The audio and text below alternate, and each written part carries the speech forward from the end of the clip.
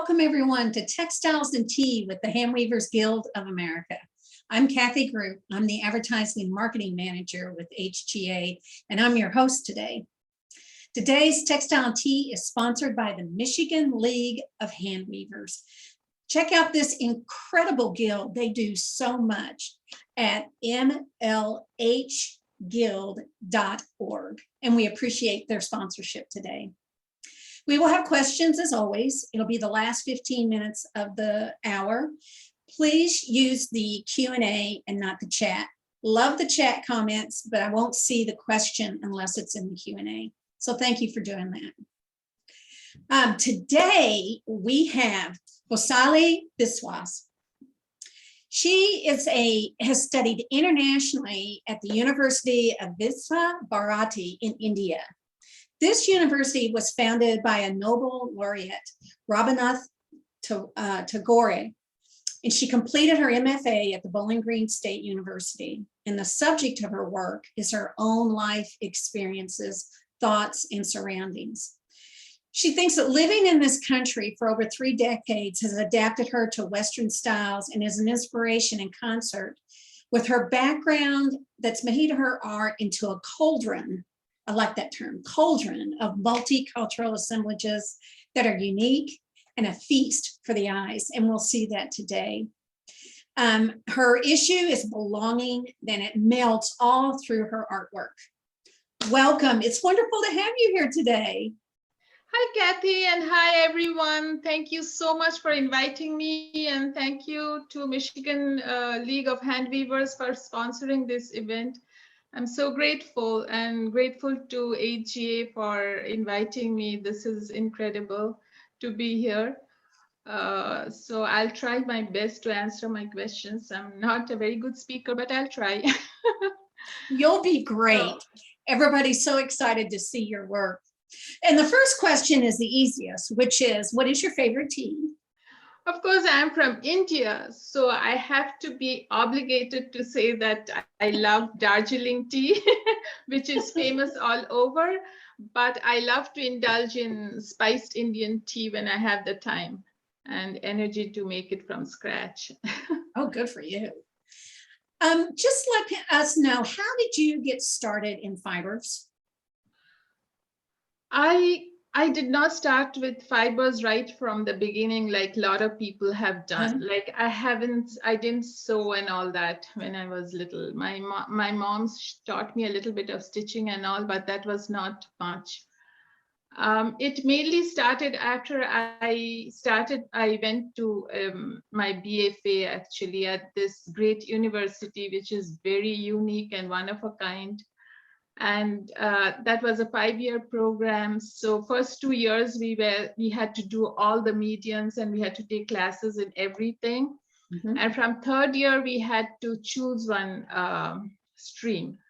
And that's when I opted for textile designing, because during the first 2 years we did some of dyeing and working with fibers, and I just loved the feel of textiles and fibers. It was just, I felt like it was my thing to do. But it was a new department. We were only the 2nd batch of textile designing. So it was not well formed, and I was just brave to just opt for that, like just go for textile designing. And I said, whatever happens, happens. How much ever I learn, and just be on my own later, I guess. So since it was not a very well-formed department and not much tools and not much equipment, not even a lot of teachers, we just had some part-time teachers.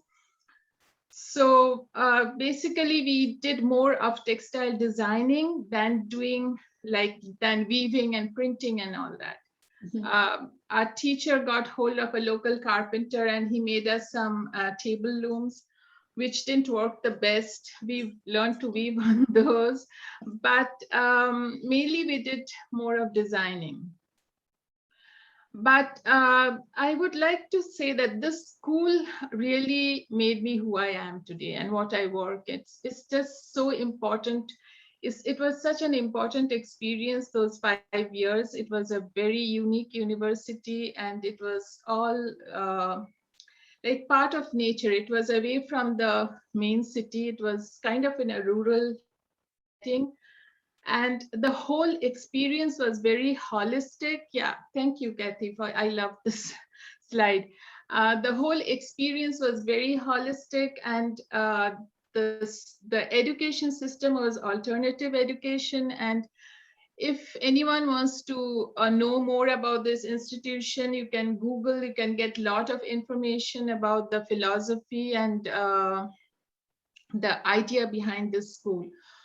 So the art education over here was more of like living with art. And as if like we became a part of a big family, of an extended family. And it was all very, the approach to teaching was very different from any structured curriculum. The teachers and the students were all good friends. We hung out together, we chatted in out of classes, and it was not like we were learning in classrooms. We had a lot of classes even outside the classroom, sitting on the grass and having art history classes and like that. So it was a very different kind of environment we had. When I went there, I was in my teens, of course, late teens. And at that time, this university had a lot of stalwarts, in the cultural field of India. And we were just so fortunate to have, like, they would walk around us, they would be among us. And little did we realize then that what a great opportunity that was. So we just kind of spent those 5 years in this beautiful environment. And if you see the picture on the right, on the bottom right, I'll talk about it later. This is me. I think I was kind of 19 years then. And I'm doing floor painting over there, which I still do, because floor painting is another art form of India, and it is done all over India. And this school, at this school, we had it in our curriculum, and it had a different genre of its own, the floor painting of this school. So we all kind of did it naturally during any event or any festival or anything. It was a very secular school, so it's not that we celebrated any religious festivals or anything, but say we celebrated the seasons. We had festivals which were related to the seasons. So this nature was kind of, it just got into our DNA, I think. Like when we had these festivals, we'd make jewelry out of leaves and flowers and natural things like that. So if you Google search, you'll get a lot of images and a lot of information. And if anyone is interested, you can get in touch with me. I'll also send you links to those things. So this whole experience, the 5 years, it just changed me as a person. I think it just shaped me as a person who I am today.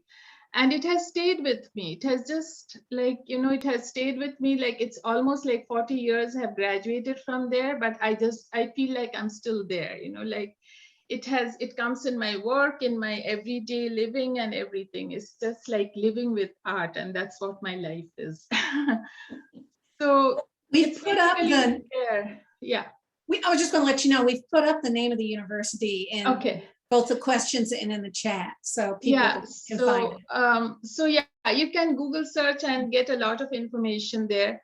So basically during the 3rd year, I opted for textile designing. And then for some reason, even though I like textile designing, I love to paint also. I like sculpture, painting and everything. So from the beginning, I don't know why I had this notion of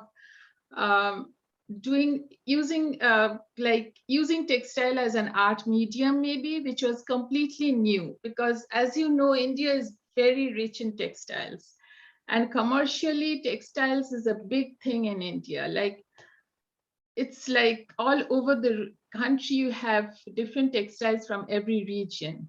So it's very well known, very established and everything. But textile as a medium of art was not a thing at that time. I hardly knew anyone. Of course, we didn't have the internet, so I didn't know about anyone internationally also. I didn't know the big names and all that. I knew of just one person in India who used to do knotting, macrame like knotting, and she used to make big sculptures. And she was my inspiration kind of at that time. But I didn't see a lot of her work. Her father was one of the stalwarts, and he went to this, he was one of the founding teachers of this university. He was a big influence on this university. So all those things kind of mattered in shaping my art world, basically. So when I graduated from during the last year, like 5th year of our BFA, we were sent to one of the weaving hubs of India called Varanasi, where we spent a month working with weavers at these big weaving facilities over there. So we saw these weavers at work, and it was just fascinating. But we couldn't work on those big looms because we didn't know what they were doing, and we had no experience with looms. So one of the weavers, he started us with needle weaving on small frame. He just put nails and a warp on that frame, and he started us with needle weaving and different designs in all those little squares. So after we came back from there and I graduated, I took needle weaving to a different level. I wanted to create art with it, not just design little small miniature designs. So I started building big frames, and I drove nails in them and big needle weaving with a big fat tapestry needle. I made strips from my mom's old saris, like rag weaving, and I made pictures out of those, like almost like painting. So at that time, I called those paintings through weaving. And I had a show actually after 3 years after I graduated, a solo show. So I was really brave, and some of the artists of that time, they were kind of shocked that what is this happening. So it received quite good, like people received it pretty well. And at that time, actually, since textile was not a medium of art, it was not even considered art. It was very crafty. I think that we have all struggled with at some point or the other, right? Textiles considered a very crafty kind of medium and not pure art. So that's where I was, and I was just bold. I wanted to do what I was doing. I wanted to create art using textiles without having any idea of what I was doing or any inspiration or anything like that. So after that, I came to this country. I got married and I came here, and I came to Columbus, Ohio. I found a beautiful art center where they had a big weaving studio. And that was where I first got to see floor looms. Because in India, floor looms is the weavers have it. The weavers weave with it, not people like us. Like people cannot even imagine having a floor loom at home and weaving. So when I came here in Columbus, Ohio, I was just stunned with floor looms. When I learned to weave with that, I thought, wow, this opened up a whole new world for me. I was like, it was just stunning to weave on floor looms. And there I wove for like 2 years. I learned a lot. Like I learned painted warp, and my mentor.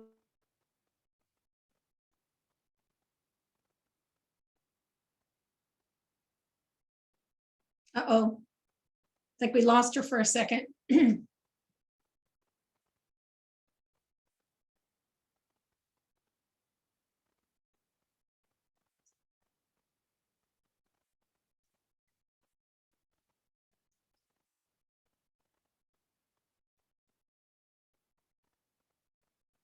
I hope she comes back. Isn't technology great until it doesn't work?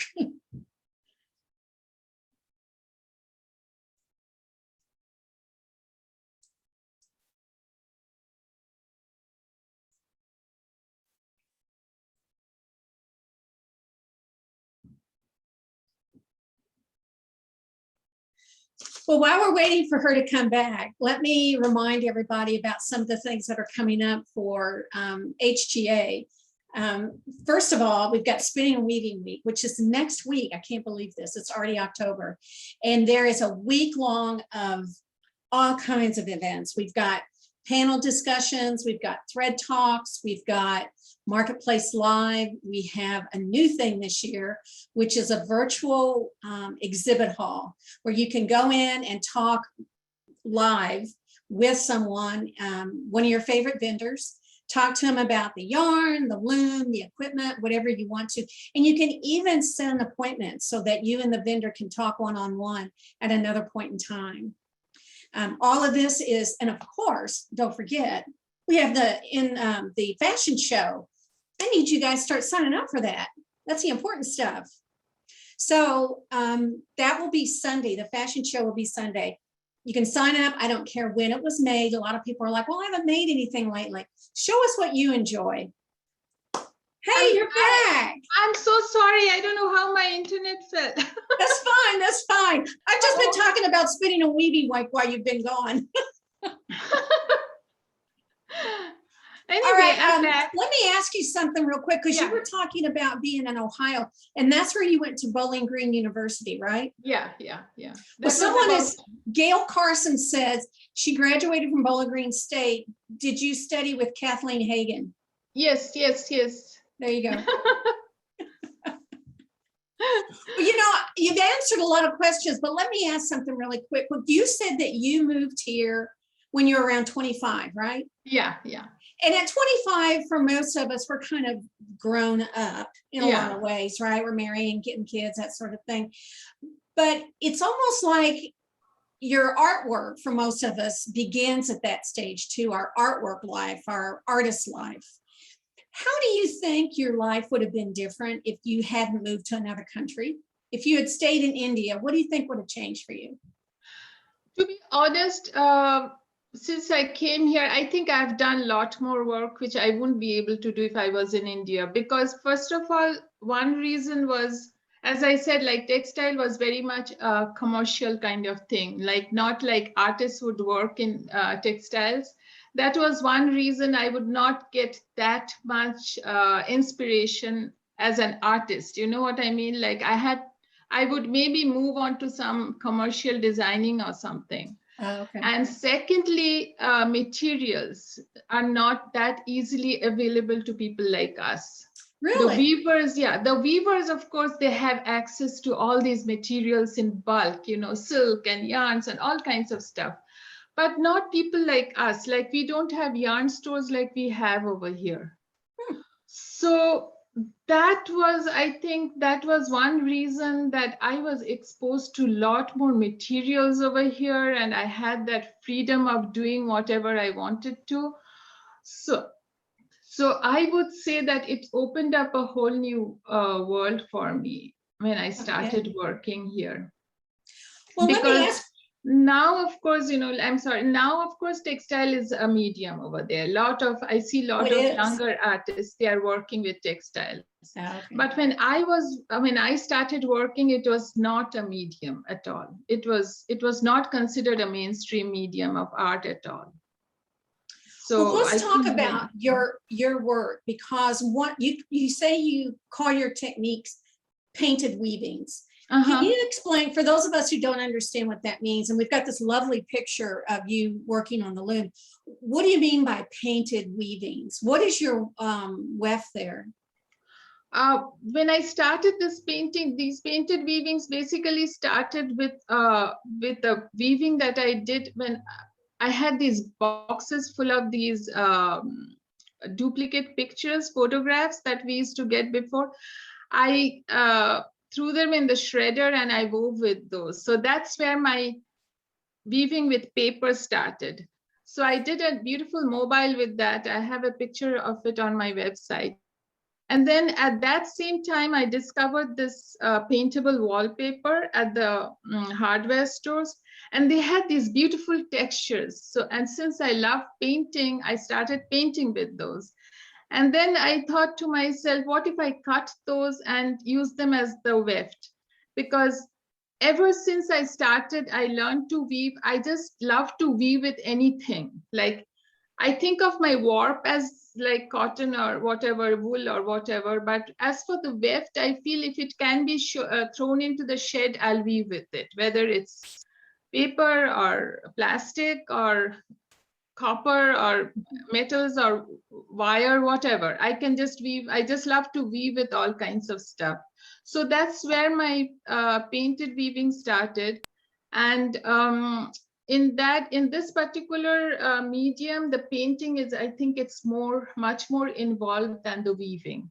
It takes much longer time because it is a painting, as if like I'm painting on a canvas. So, and the material, the paintable wallpaper, it requires a lot of layering to get that rich color textures. And sometimes I don't like the textures everywhere, so I started collaging on them with fabric or other paper. So basically, I'm creating a painting first before weaving. The weaving is secondary in these. I cut up this painting in strips, and then I use those strips as my weft. Now, so that's why I call them painted weavings. In your work, you use a lot of personal symbolism. And we have several images from the Portal series. Would you talk some about the images that are in here? And like one of the things I noticed in these three is the left one and the middle one are very much alike, except one, the door's open, and the other one, the door is shut. Can you talk some about what these mean for you? First of all, I've always loved doors from all over the world, and different kinds of doors. They just fascinate me, like old doors and new doors and designs of doors. And since I struggle with that, as I said, like struggle with the thought that where do I really belong, which is my home, because I've lived in this country for more than 30 years now, but still I feel I have a part of my soul in India, because whatever I do, I just go back to my roots all the time. So the door kind of became a metaphor for that, I would say, like as if like I'm looking beyond the door and I go into my imaginary world, into the other country. So it's kind of a metaphor that way. It's an icon which I kind of use in that sense, like where do I belong? That's a big question to me still, and I don't know if I can ever answer that, but through my art, it kind of it just shows through my art that I always go back to my roots. So, and the one on the right is of course I've used the door, but Tree of Life is a very I've used that theme a lot of times. I have done different variations of Tree of Life. I have painted, I have printed, I have screen printed with a Tree of Life. I've done garments with Tree of Life fabric. I have done painted weaving. I have done sculptural pieces also. So Tree of Life comes and goes. It's a very ancient theme in Indian art, and I think a lot of cultures in all over the world, they have different variations of Tree of Life. It's a very common theme, and that's one of my favorites. So it comes and goes. The first one that you showed, when you showed the three pictures, the Tree of Life, that was commissioned by a Jewish lady, and she wanted the Jewish symbols in it. But she's a scuba diver in Florida, so she did some underwater images also there, and she wanted to combine all these into that piece. So that was what it was actually. So I have different versions of Tree of Life. Well, another installation piece that we have is the diaphanous illusions. And this is going to be in an exhibit in, it's called the Manufactured Narrative, and it's at the Urban Institute of Contemporary Art in Grand Rapids, Michigan. Now, when I first saw this work, I thought of like big sunflowers or stalactites or stalagmites. It just felt like something reaching and growing. And I was struck by later when I was reading about it, that this is actually kind of an ongoing installation that just keeps growing. Every time you install it, you add more. Is that right? Can you talk about this one? yeah, this actually started from a lot of inspirations. It has multiple inspirations in it. One is, I'll come to that later again too, but I'm just fascinated by translucent weaving and one particular inlay technique of India. It's very ancient. And I have always been fascinated by that technique. They produce big saris, of course, very exotic saris, and I grew up wearing those. My friends had those and all that. But I just love the technique. So I started using that. I wanted to use that technique in my weaving somehow, but for creating art, not for creating saris, of course. So this is where I started with that technique actually. And one was that. One was I hoard things. I collect anything that I can weave with. I don't throw things because I grew up that way. I have always seen my mother saving things. So I used to save these onion bags, the fruit netting that we buy onions and garlic and avocados in. And I had bags of them. So I started cutting those up and weaving with those. So I got this beautiful texture with the onion bags, and that kind of the orange bags, if you notice, they kind of dictated the color scheme of this piece over here. So I started combining, and I never throw away my yarns after I weave. I save all my yarn waste and everything, and I use them in my weaving somehow. So this was a very kind of a serendipitous kind of weaving. So I started weaving with those onion bags and the translucency and some of those motifs from the inlay weaving, they came in. And then in the meantime, about a couple of years back, we visited Mexico, and I was just stunned at their stone carvings at the ancient sites. They had so much similarity with our weavings, with the inlay weaving that I was really interested in. So those motifs came to this piece too. So it was a combination of all these things going on over here. So this is a piece, why I call it growing is I'm constantly like on a small loom, I have some warp going on, I'm making pieces for that. So when I'm installing at different places, I kind of stick in some of the new panels and then maybe eliminate some of the older ones. So it looks a lot different because of the different colors I'm introducing. Like the first time I installed it, it was mostly orange, like the ones you see, the orange and the black and the off-white. And the yellow and the two red ones are very new. In the last solo show that I had, I installed this, and I love those yellow ones. And though they are from the lemon bags, actually, you know, the lemon netting, so I cut those up and I weave with those. So, and I love the idea of creating like a forest-like environment where people can walk through it. And I invited people to actually walk through it and kind of feel it, walk around it and be a part of that. So, and recently, actually last month, one of my friend who is a dancer, she composed a dance around this. So we installed it again, but little further apart. And my daughter, her daughter, and they danced around. They danced. She composed a beautiful composition, choreographed. She choreographed a beautiful piece around this. And I don't have the video yet. When I have it, I'll share it with you. But that again was another perspective of using it in performance art too. So maybe in future we'll be doing that. Who knows? Oh, I love that. I can't wait for you to send that. That would be great. Yeah, I send it. I could just see someone dancing through that. Yeah, that's wonderful. Yeah, it was just beautiful. They danced. My daughter is a dancer. So both she and the friend of mine, her daughter, they all choreographed a beautiful dance around that. Well, you talked about the different colors that you use. You have such a strong color sense. And I'm wondering, when you're designing, which do you think takes the lead in your mind, the color or the design? I don't know which comes first, actually.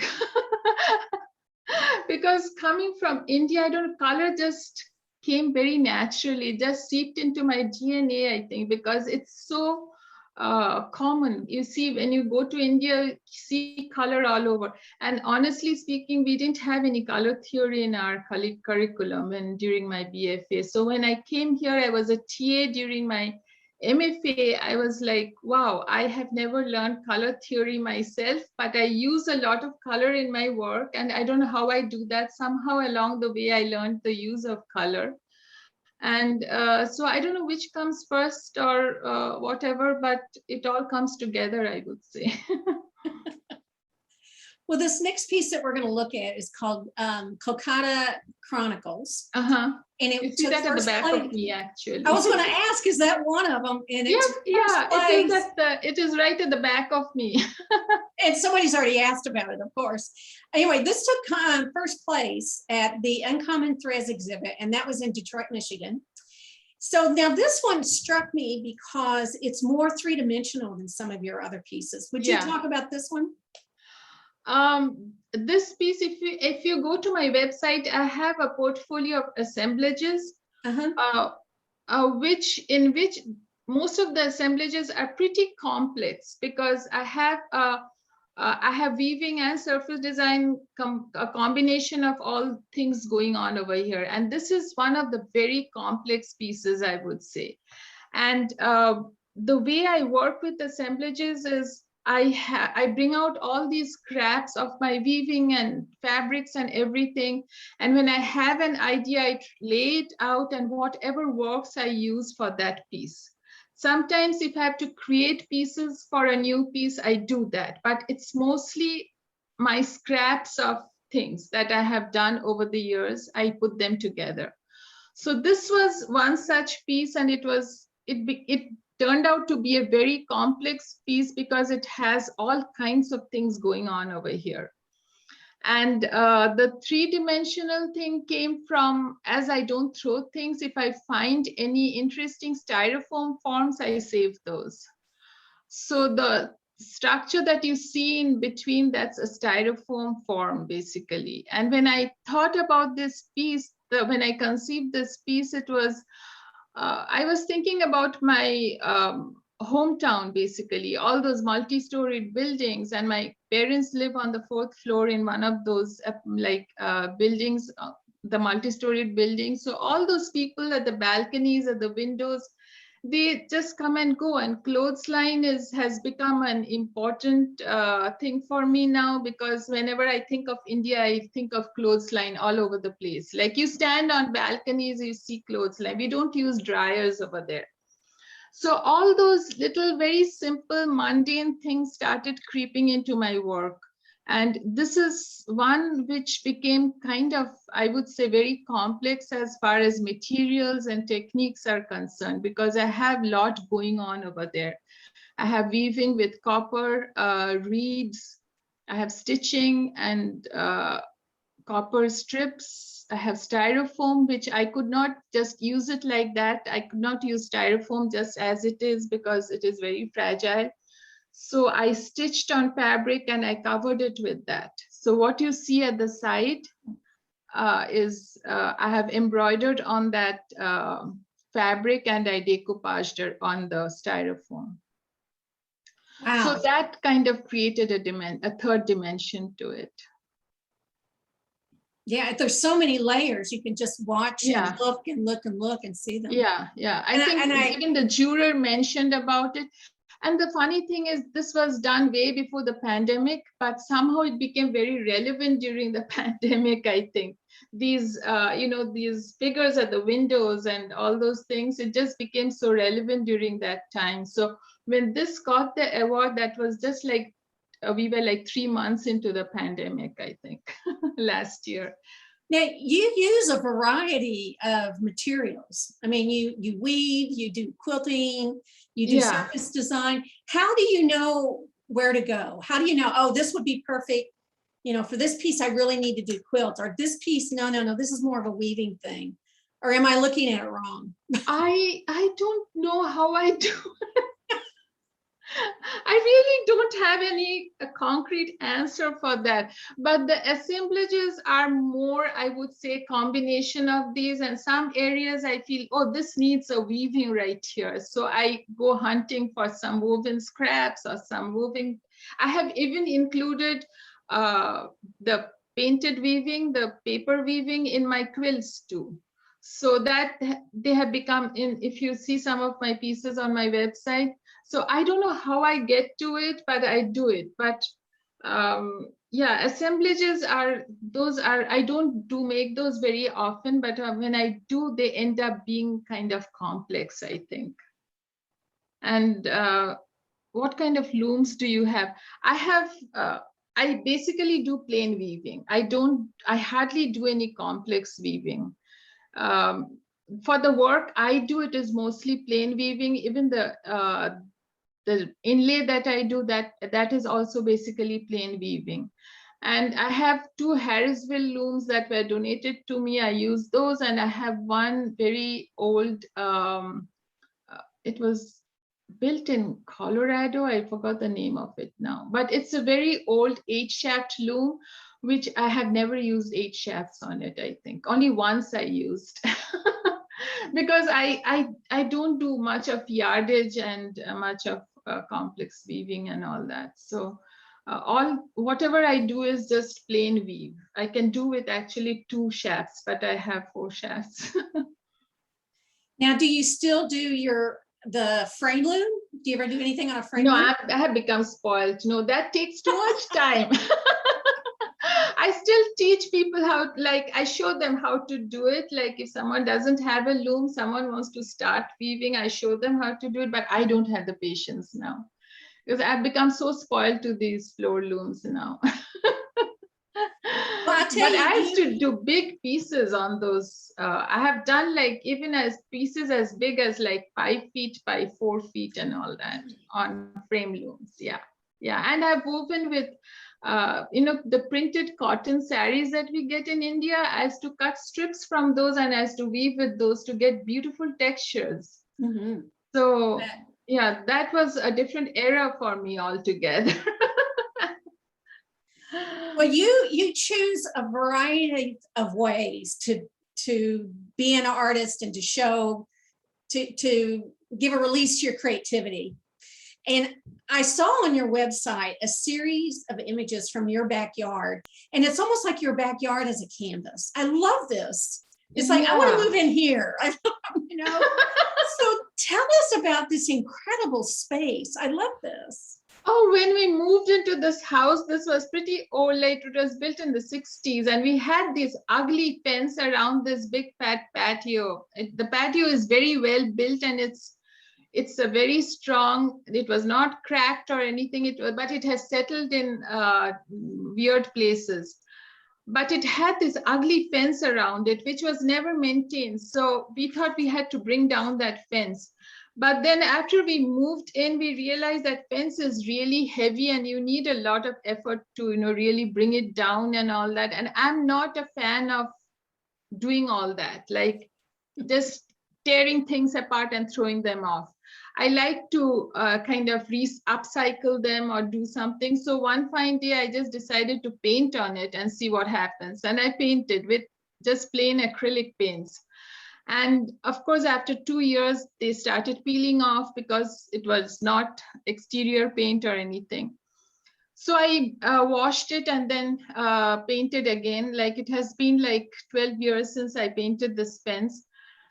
And then after I did the fence, I started planting those perennials and I grew a beautiful garden of it, and it became kind of our oasis almost.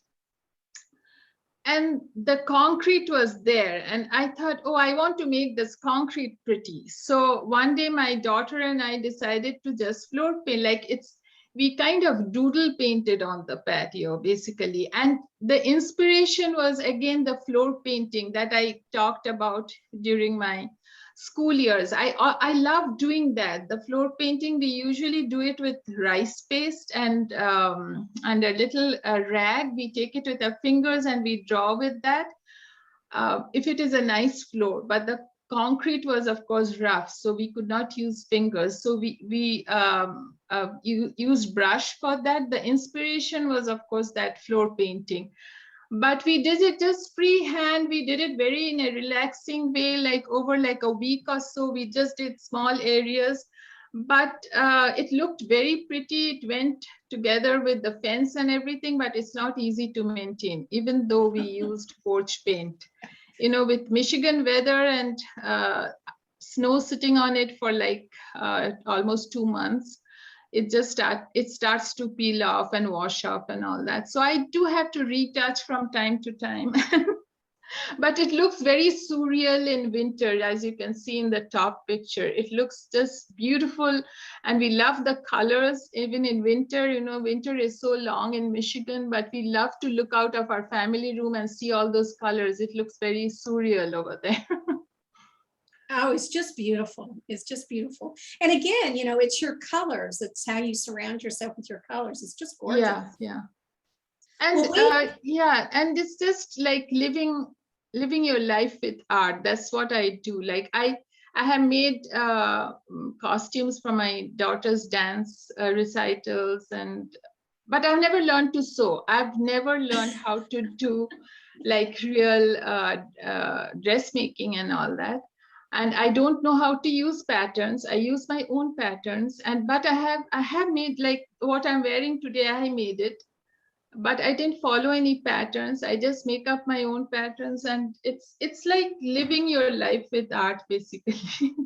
I've painted closets in my kids' rooms, and I've painted our dining table because it was very old and it needed a nice top. So we made a top and I painted over it. So anything I can find, I just paint over it. You're an inspiration to us all. Well, you know what? We got some questions. People are, oh, I know one more thing I wanted to ask you, because this is amazing. When you all go to her website, you'll see this. You are prolific. You really produce a lot of work. So I have to ask, do you think it's because you say, I'm going to work every day, I'm going to make something every day? Or is it, are you that disciplined? Or is it you're driven that every day you must make something? Which one is it for you? I'm not disciplined. I'm not at all. Oh my gosh, no, I can't call myself disciplined, but I love what I do. I think that is the main driving force behind my work, because when I get an idea in my head, I want to implement it. And it doesn't matter what time of the day it is. Sometimes I work into real late nights because I'm weaving something, or I want to take it off the loom and see what it is. So it's basically that's the driving force, I think. But I'm not disciplined. I'm terrible. It's like some days I don't do anything. I'm just sitting like a zombie. I don't do anything. And some days but if you see a lot of work on my website, I have been working in this medium for many years now. So I think it has just accumulated. That's all.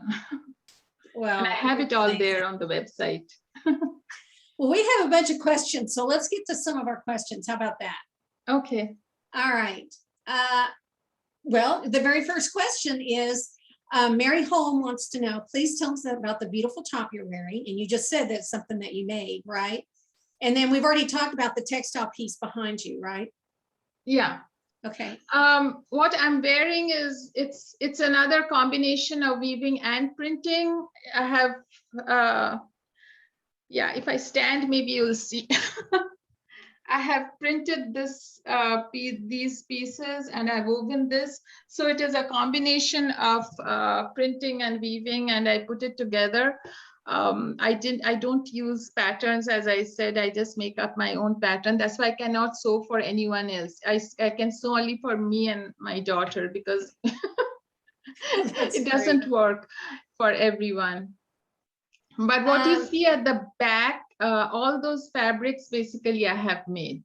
Oh, and the pillows? Yeah, the pillows, and what above the pillows, what you see is just a cardboard box. It's covered with my screen printed fabric.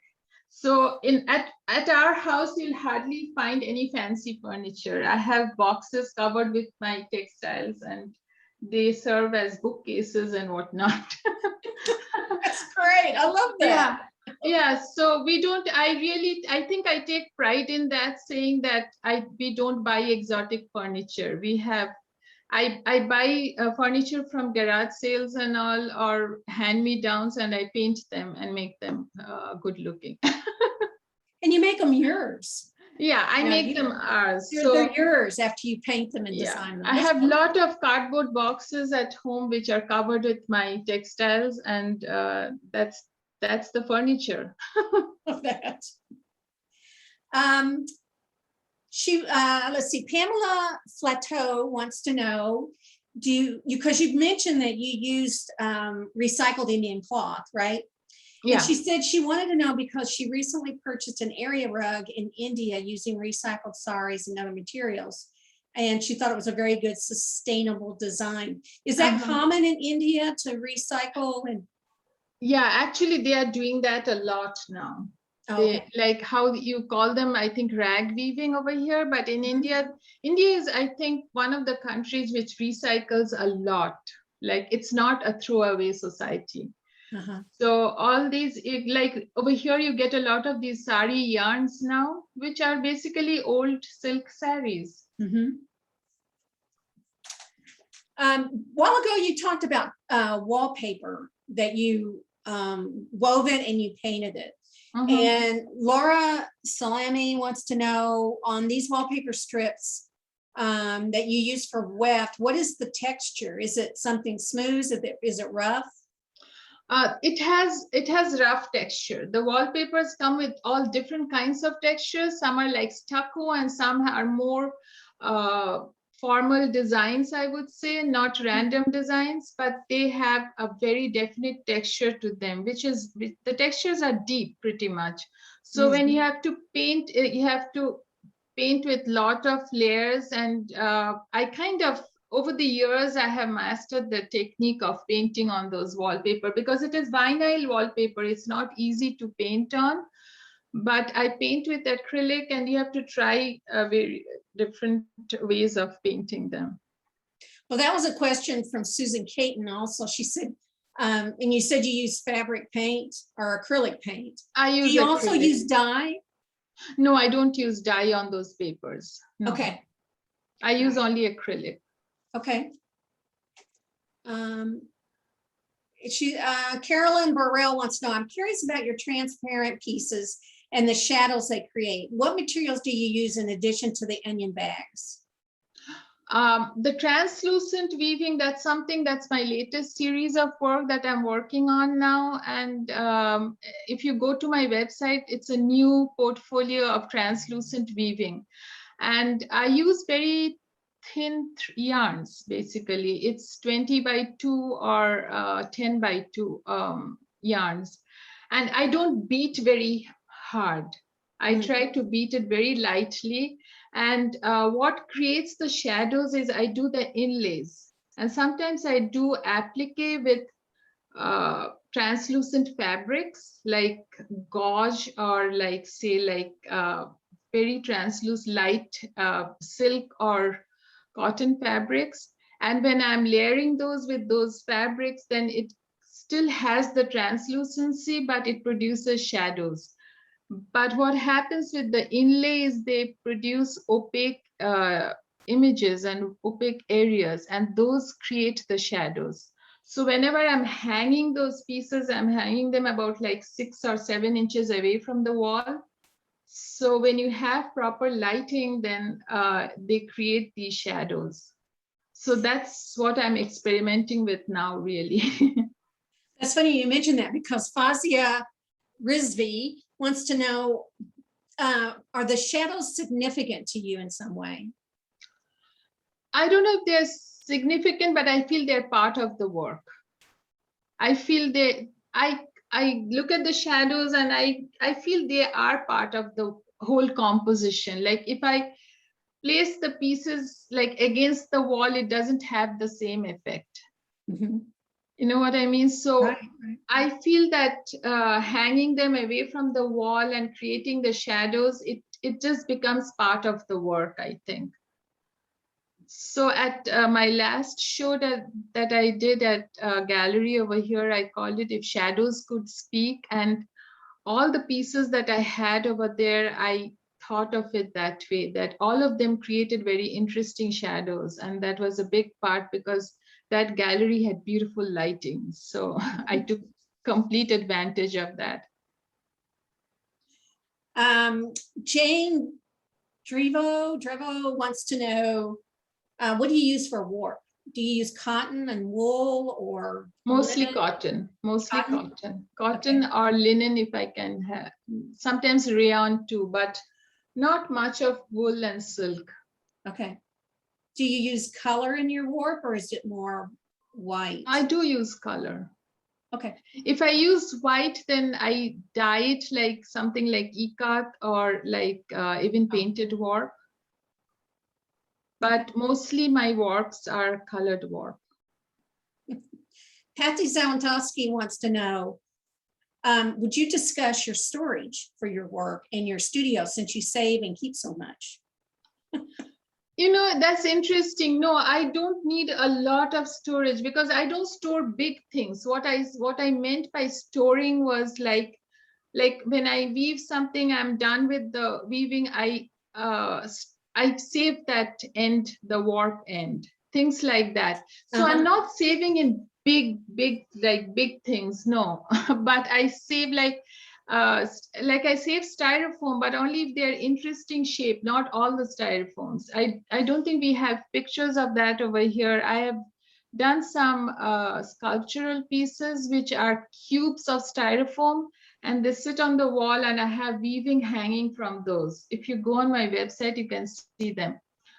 Those boxes, those cubes came from those, if you order mugs online, you know, they send you the ceramic mugs in these cubes. And I saved those boxes.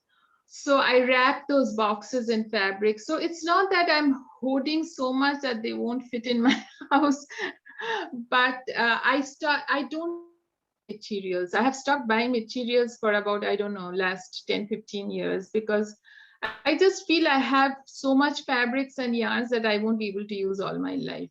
I try to work with what I have. I honestly do that. I just try to conceive pieces with what material I have so that I don't have to. Only thing I buy now is paints and wallpaper when I run out of wallpaper. Well, Skip Davis, and this is a great question. Skip Davis asked, when you start, do you sketch out your design or do you have it in mind, and how does it evolve from there? I do some sketching, but I don't do much elaborate sketching, especially with what I'm doing now, the translucent weaving and the diaphanous illusions and all. Those, I don't do a whole lot of sketching. I call it kind of serendipitous weaving, and I just go with the flow of weaving and designing. But when I'm doing like bigger compositions, like the quilts or like some of the assemblages, I do sketch them out and kind of have a preliminary idea of what I'm going to do. Sue Zari wants to know the three that we showed of the doors. How big were those? Do you remember? How big?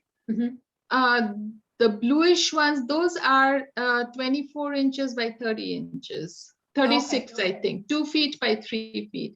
Okay. And the one on the right is very small. It's just about 9 by 12 or something like that. Oh, okay. All right. Yeah. Yeah, it's hard to tell. Again, Skip wants to know, when and where is your GR exhibit? Grand Rapids? Oh, Grand Rapids. The Urban Institute of Contemporary Art is at Grand Rapids. And there, the big installation, the orange installation, the diaphanous illusion, that's going to be installed there, and it's going to be up from January through May, I think. Yeah. Oh, wonderful. Okay. Yeah. All right. But right now I have a piece at the Muskegon Museum of Art. They're having their 92nd contemporary art exhibition, and one of my pieces, one of the translucent pieces, got in that exhibit. And I'm sorry, I missed that. Which exhibit is it? 92nd Contemporary Art Exhibit at Muskegon Museum of Art. Oh, okay. That's also in Western Michigan. Okay. It's about an hour from Grand Rapids, I think. Pamela Flateau wants to know, and I think she's talking about the 3-dimensional piece where there were windows. Maybe not. She says, is there a tiger through the door on the right? Did one of your pieces have a tiger in it? No. Oh. Sorry, Pamela. No I'm tiger. sorry if it looked like a tiger. You can call it a tiger, Pamela. That's yeah, good. I'd be happy to see it as a tiger if you find that. Now, this is interesting. This is from Rebecca Herbert. Would you speak about your journey with Ramdani? Jamdani? Jamdani. Jamdani. Yeah, Jamdani is the inlay technique of weaving that I talked about in my translucent work. Okay. The inlay work, that is, the term is Jamdani. So if you look up Jamdani, you will find a lot of information on the internet, but it's basically having an extra weft for the inlay, and it's all plain weave, but an extra weft for the inlay, and that is Jamdani. And as I said, they create these beautiful exotic saris with those, which take months to weave actually. And but now they are doing it on power looms and all, which is not the same, of course. But I kind of use the technique to use it in my translucent weaving now. So that is what produces those shadows actually, because when I'm doing the inlay, it becomes opaque, those areas. And when you have the proper lighting, those areas create the shadows. Okay, yeah. Well, thank you so much for being here today. This has been wonderful. You're welcome. Thank you for sharing your work.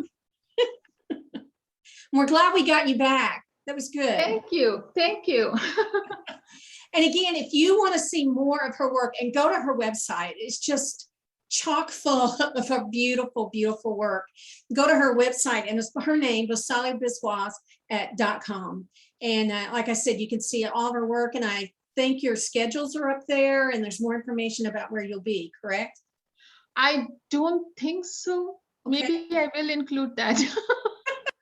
Well, it's going to be there soon. Yeah, but I have some shows coming up. Yeah, just in October, I have an invited show that I'll have one big piece, and I'm working on that. It's a very experimental translucent piece. In November, we are having a fiber show over here where I'm invited into that also. So I'm going to weave some pieces for that. So it's all coming up, and then I'm invited to another all media show in spring, I think in March of next year. Yeah, I don't know if I buy that whole thing. You're not disciplined. You get a lot of work done.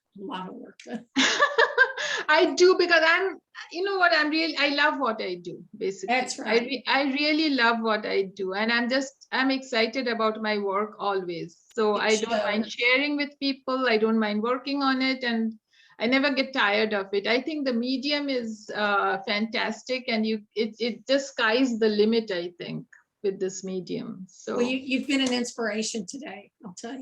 Thank you so much. Now, again, I want to say thank you to the Michigan League of Handweavers. Go to their website too. They're amazing how much they get done. We have a lot of hard workers here today. They sponsor workshops. They have a conference. They do exhibits, and there's so much more. So check out this incredibly active guild at mlhguild.org. And thank you, Michigan League. Very generous of you to support Textiles and Tea. If you or your guild or someone would like to sponsor an episode of Textiles and Tea, please go to our website at weavespindye.org, and you can learn more about being a sponsor. We also want to say thank you to the Fiber Trust. Fiber Trust helps support programs like this through your donations. If you would like to support more programming like this, please go to our website and either donate or join or both to support more programming like this. And speaking of programming, we got Spinning and Weaving Week coming up, like I mentioned earlier. Go online, and you can sign up for the whole week. It's one fee for the whole week. We'll have vendors there. We're going to have panelists. We have artist studio tours. Those were a huge hit last year. We've got thread talks, and I'm looking for everybody to come on board and do the fashion show. It was so much fun last year, and everybody told me they were sorry they didn't join in. So here's your chance. Bring us and show us what you've done over the last year or so. We'd love to see it. We also have Convergence registration is open. If you have donated to the Fiber Trust, you're able to go in and register for Convergence for next summer, and registration will open for everyone October 4th. If you're thinking about going to Convergence, you haven't registered yet, I encourage you to go in and purchase your CVP first. It will make life easier for you. And then come on in after October 4th and you can sign up for the classes that you would like. If you have missed an episode of Textiles and Tea, you would like to watch it again, you want to share it with someone, all the episodes of Textiles and Tea are on Facebook. You do not have to have an account. I know a lot of people don't want to have an account or they don't have an account. You can just go on and watch the episodes without that. We're gradually getting them up on YouTube. That takes a while, but feel free to check us out at the HGA Facebook page. I am so excited that next week we are going to have Michael Rohde join us. He's a wonderful artist, does incredible tapestries.